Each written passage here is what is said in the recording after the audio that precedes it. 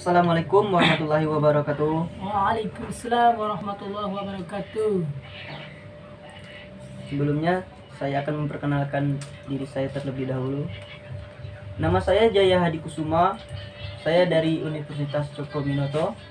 Saya dari Prodi Akuntansi. NIM saya 2020200019. Ya, di sini saya akan mewawancarai sedikit tentang Pancasila. Yang pertama, jelaskan Pancasila secara bahasa.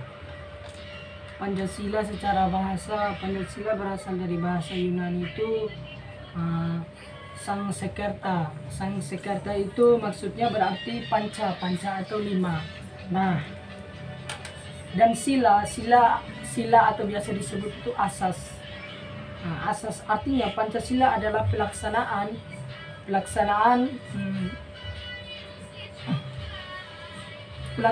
kesusilaan.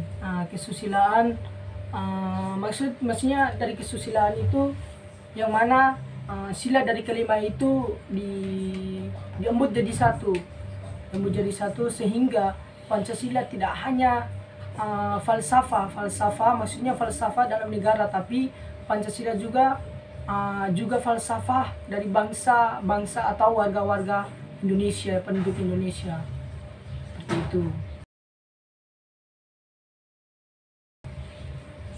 Oke, baik. Sekarang pertanyaan selanjutnya. Apa Pancasila menurut Abang?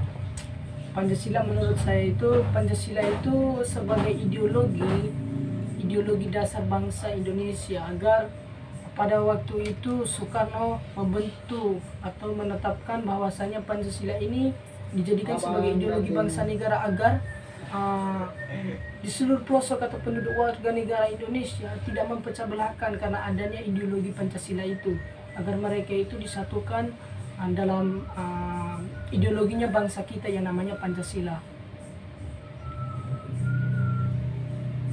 Selanjutnya, Bang.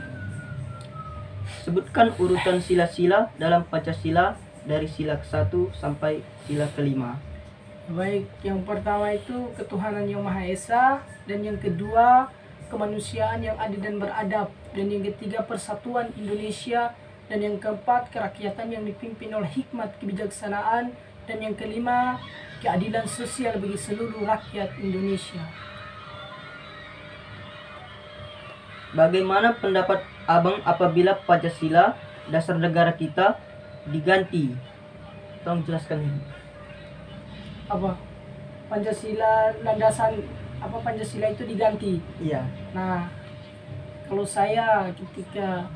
pandangan saya ketika landasan atau ideologi bangsa negara namanya Pancasila itu diganti, maka kejelasan arah majunya bangsa Indonesia ini tidak ada arah, maksudnya tidak ada tujuan yang ingin dicapai, tidak ada referensi dalam suatu bangsa itu, tidak ada sama sekali.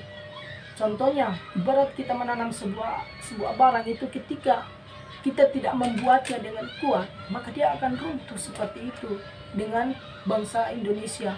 Ketika hidup tidak ada dengan landasan Pancasila, maka Indonesia ini tidak ada arah tujuannya. Kenapa saya bilang seperti itu? Ketika Pancasila diganti, maka nama NKRI pun akan mereka mengganti dengan apa yang mereka mau. Makanya ketika orang bilang ya Pancasila ini tidak faal, harus diganti, tidak dipakai.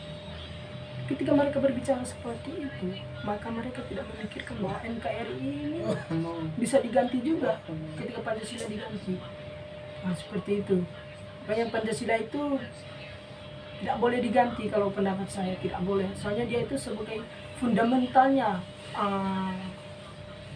Indonesia ke depannya, atas dasarnya akarnya, seperti itu.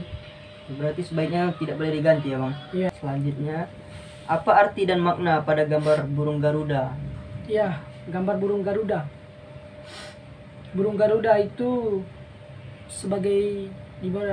digambarkan sebagai lambang negara, untuk menggambarkan bahwa negara Indonesia ini negara yang besar, negara yang kuat. Nah, warna keemasannya itu dijadikan sebagai warna pada burung Garuda merupakan gambaran keunggulan dan kejayaan Indonesia. Kegunaan dan kejayaan Indonesia. Nah, paruh cakar sayap dari burung Garuda itu yang dimiliki burung Garuda menggambarkan kekuatan negara Indonesia, pembangunan dan tenaga yang sangat besar. Oleh karena itu burung Garuda itu dijadikan sebagai simbol bahwasanya melihat warga penduduk Indonesia ini dari Sabang sampai Merauke itu berbeda-beda, tetapi kita disatukan dalam ideologi Pancasila atau disimbolkan dalam burung Garuda tersebut. Seperti itu.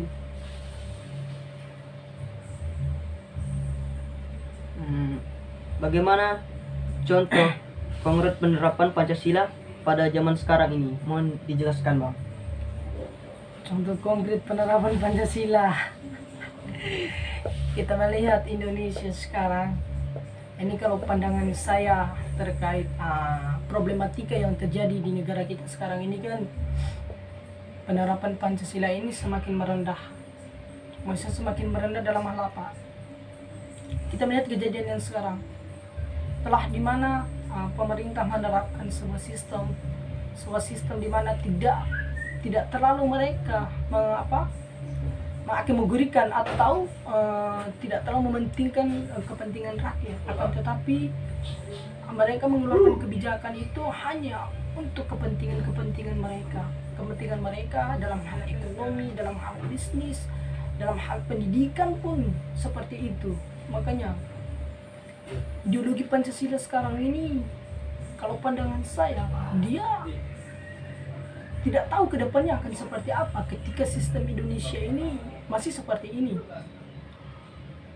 Ya, memang Pancasila itu dia sistemnya itu sistematis, tidak bisa dirubah. Akan tetapi ketika pemerintah membuat undang-undang yang dimana mereka membuat undang-undang itu kan harus sesuai dengan landasan Pancasila, harus sesuai dengan urutan-urutan Pancasila. Jadi kalau pendapat saya terkait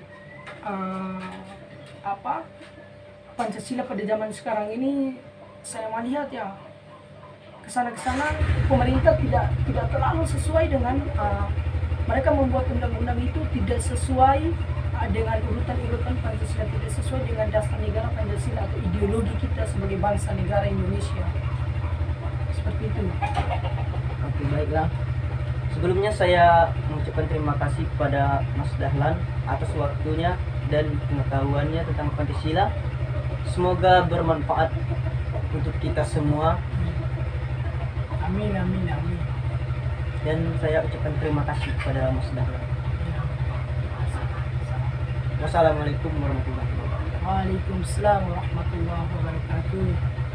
Jangan lupa belajar, jangan lupa baca buku. Ingat itu. Itulah pedoman kita.